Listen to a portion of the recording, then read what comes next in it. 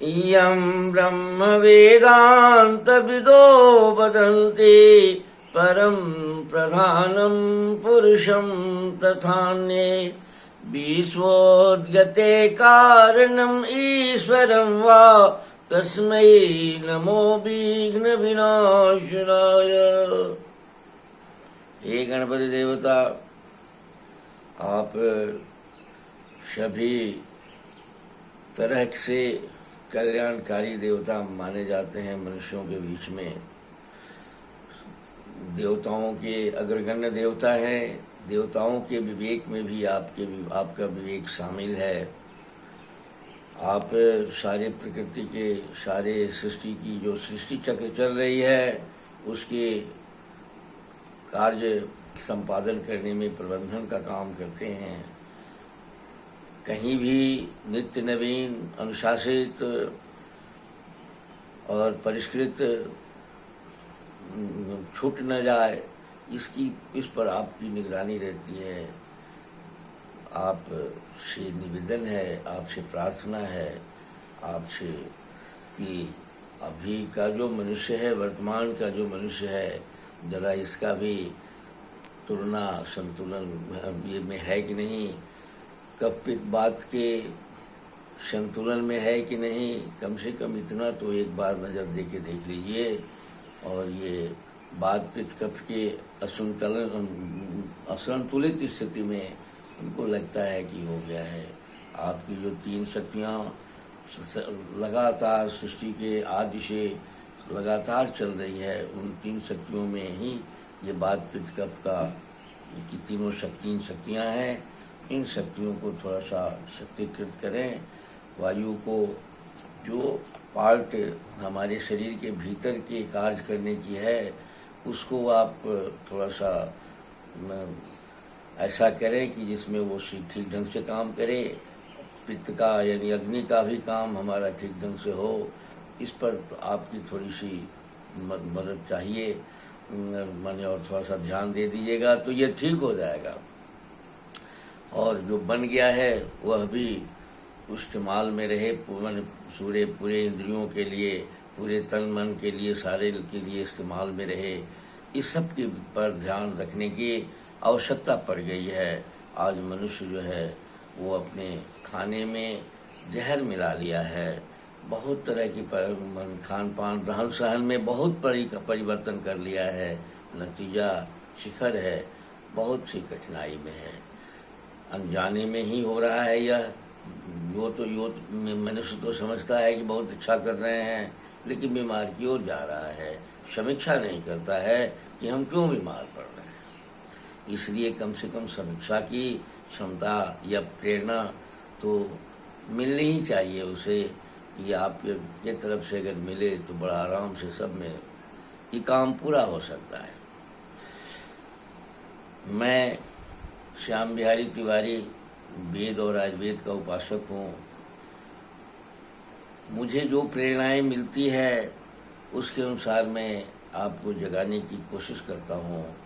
संभव है ये प्रेरणाएं आपके तक आपको प्रेरित करती है कि नहीं करती है अलग बात है, लेकिन मैं कर्मण्येवाधिकारस्ते मां फलेषु कदाचन की कृष्ण की जो वाणी है गीता में, उसके अनुसार मैं अपना कर्तव्य की पूर्ति करना अपना कर्तव्य समझता हूँ, अपना धर्म समझता हूँ। लेकिन आपसे प्रार्थना है, निवेदन है कि कम से कम आप अपने स्वास्थ्य के प्रति चिंतित बनिए।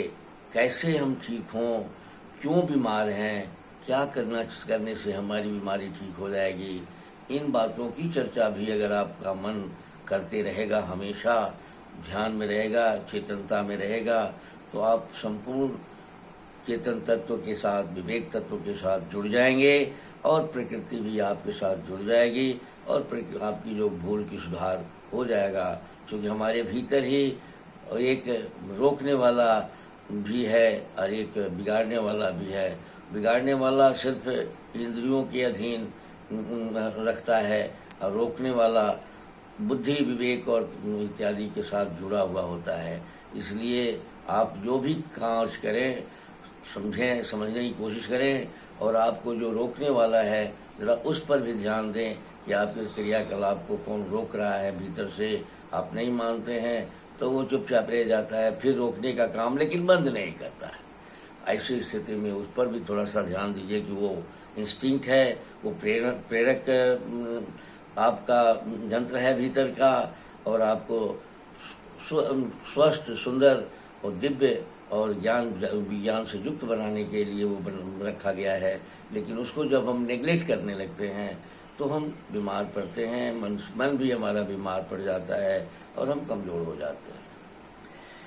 ऐसी स्थिति में आपसे निवेदन है कि आप सिर्फ अपने स्वास्थ्य की समीक्षा करें, प्रकृति के साथ जुड़कर चलने की कोशिश करें, समझें कि आप कौन हैं, कहाँ हैं, कैसे पैदा लिए हैं, आप क्या क्या काम अपने लिए कर रहे हैं। प्रकृति का जो ऑटोमेटिक यानी स्वचालित शैली से जो क्रिया चल रही है वो उसको भी देखने की कोशिश करें, तो आप उसमें प्रसन्नतापूर्वक आप उसमें प्रवेश कर साथ हो जाएंगे और प्रकृति शाम में चलने लगेंगे।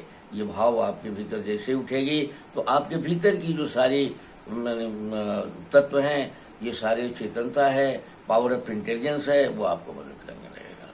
इसलिए आपसे भी प्रार्थना है कि आप अपनी समीक्षा कीजिए कि हम क्यों बीमार हैं।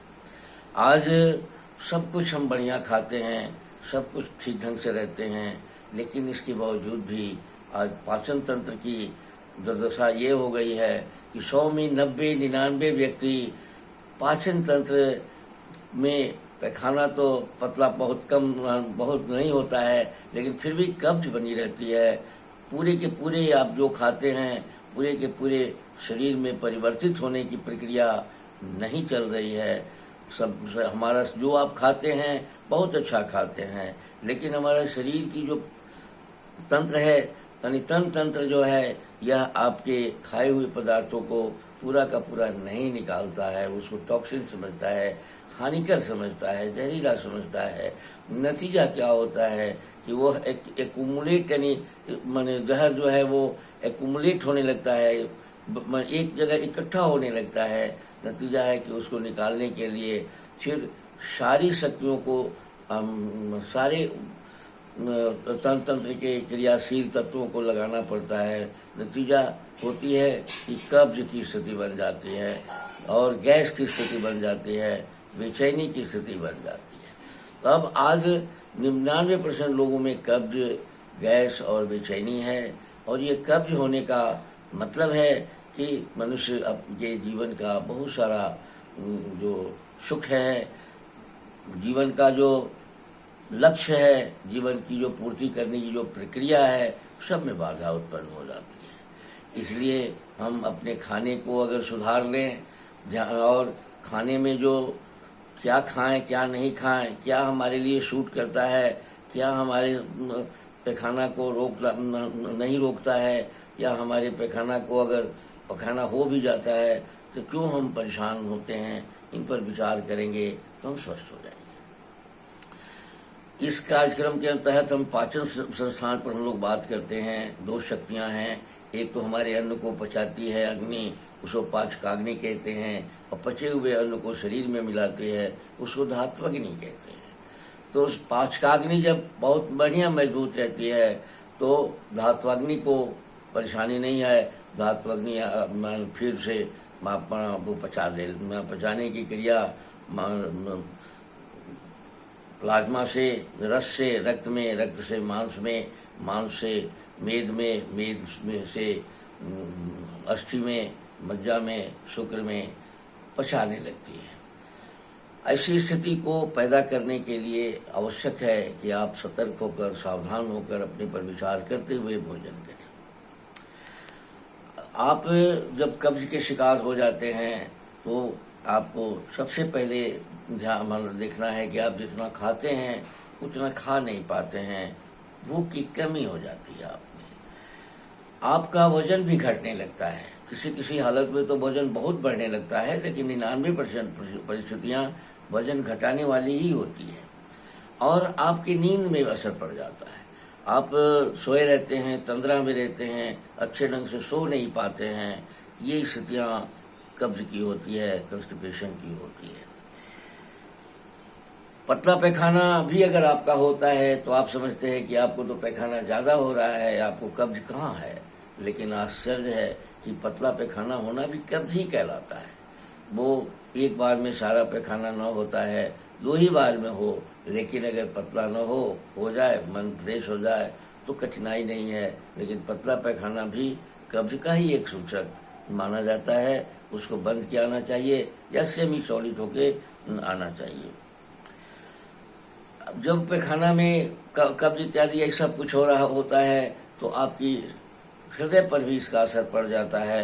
हृदय ज़्यादा धड़कने लगता है, इसलिए कि आपके भीतर कार्बन का एक्यूमुलेशन ज़्यादा होने लगता है। किडनी पर दबाव ज़्यादा पड़ता है गैस का, मैंने भीतर के जो टॉक्सिन का, और पूरे बॉडी पर असर पड़ता है, मस्तिष्क पर भी असर पड़ता है। तो आपके हृदय के धड़कन बढ़ जाते हैं।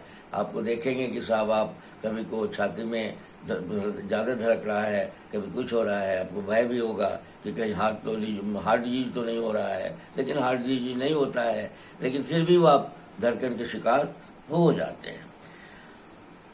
चिंता, बिना कारण का चिंता भी हो जाता है। कोई बहुत बड़ी मसला, बहुत बड़े लक्ष्य की अगर की चिंता करें आप, कोई विशाल होने की चिंता करें तो वो तो चिंता है, आपका सार्थक चिंता है। लेकिन निष्काम, बिना काम का चिंता, बिना लक्ष्य माने अकारण चिंता आप में उठ जाती है। कभी अकारण भय उठ जाता है, अकारण किसी के प्रति भाव खराब उठने लगता है, ईर्ष्या द्वेष घृणा की भाव उठने लगती है। बिना कारण का आप इरिटेट होने लगते हैं, बेचैन होने लगते हैं। आम आदमी अब यही कहता है कि आपका बीपी बढ़ गया है, इसलिए आप इरिटेशन में, क्रोध में, बेचैनी में हैं। लेकिन आप ध्यान दें कि आपके कॉन्स्टिपेशन आपके साथ है कि नहीं, आप पैखाना का क्या स्थिति है। तो ये बीपी भी बढ़ने की प्रक्रिया घट सकती है, वो भी अपना नॉर्मल में रह सकती है। एक सबसे बड़ी खूबसूरत बात यह है कि साहब जब घुमरी और चक्कर भी आता है, कॉन्स्टिपेशन का वो बहुत बड़ा लक्षण है। क्योंकि जब हम अनाज हम खाते हैं वो शरीर में मिलाने की जो प्रक्रिया है, और जब मिलने की प्रक्रिया में टोटल के टोटल रस में चेंज नहीं करता है, यानी प्लाज्मा में चेंज नहीं करता है। अब प्लाज्मा जब आगे बढ़ने लायक प्लाज्मा, टॉक्सिन वाला प्लाज्मा रहता है, तो हमको मूर्छा भी आती है, गुमरी भी आता है, गिर भी जाते हैं, तरह तरह के लक्षण हमारा उत्पन्न हो जाता है। हमारा शरीर ऐंठने लगता है, खिंचाव तनाव भी होती है। इसलिए ये सारी क्रियाएं हमारे जीवन के सारे क्रियाकलाप का बाधक बन जाता है, हमको भय भी में भी डाल देता है। बीमार की एक लंबी श्रृंखला, एक लंबी सीरीज शुरू हो जाता है। जब ये सब हो जाता है तो उसके बाद तन को बिगाड़ने के लिए बहुत सारी बीमारियां होने लगती हैं, और हमारा इम्यूनिटी पावर भी खत्म हो जाता है। तो बाहरी बीमारियां भी आकर हमको दबोच लेती है, माने हमको परेशानी में डाल देती है। ऐसी स्थिति में हर आदमी के भीतर ये भाव है कि वो क्या खाता है, तो कैसे मैंने पैखाना होती है, क्या होता है। तो आप अगर थोड़ा रुखड़ा खाएं, साग सब्जी को लें, और आज के टॉक्सिन को मिटाने के लिए कम से कम अंकुरित अनाज करा के और उसको अगर खाएं तो ये सब थोड़ा सा टॉक्सिन से भी बच सकते हैं। अनावश्यक बाजार का चीज़ जिसमें कि प्रिजर्वेटिव मिला रहता है, उस पर अपनी को डिपेंड न करें। थोड़ा सा भात रोटी दाल सब्जी को उबाल के खाने की कोशिश करें, तो आप भुंजा इत्यादि खाने की कोशिश करें। 10 बजे तक ले भोजन कर ले, रात में भोजन करें, दिन में भुंजा पर खाएं, और समय का पालन करें। तो ये कब्जियत भी आपके साथ नहीं रहेगा। और हित भोजन का हितकारी जो आपके भीतर की समझदारी के अंतर्गत है, मित भोजन यानी अपरिमित भोजन करें, और प्रकृति जो पैदा करती है जिस सीजन में, उसके अनुसार आप भोजन करें।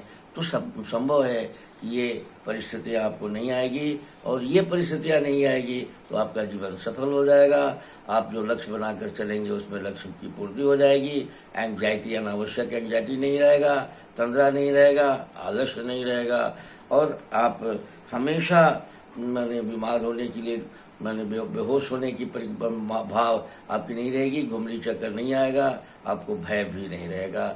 ये भय भी पैदा करता है, अनिद्रा भी पैदा करता है, अनावश्यक चिंतन भी पैदा करता है। इस तरह से आप अगर अपने भोजन को संभाल के रखें तो ये कब्जियत जो है वो हमारे पाचन संस्थान के रोग माने जाते हैं, और सीधी सीधी छोटी सी बात, ये अन्न नहीं पच रही है, पानी हमारे शरीर में मिलने की स्थिति में है लेकिन मिल नहीं रही है, तो हमको गुमरी चक्कर, गुस्सा आने लगता है, पल्पिटेशन होने लगता है, वजन घटने लगता है, बेचैनी हो जाती है, पसीना भी आता है, बहुत तरह की परेशानियां उत्पन्न हो जाती है, मन व्याकुल हो जाता है, और गैस इत्यादि तो खैर हो ही जाता है। आज तो 100 में 99 आदमी गैस ये पहले ही से कहता है, हम रोगी के रूप में आता है तो कि हम गैस्ट्रिक से शिकार हैं, और बार बार गैस गैस गैस गैस की बात करता है।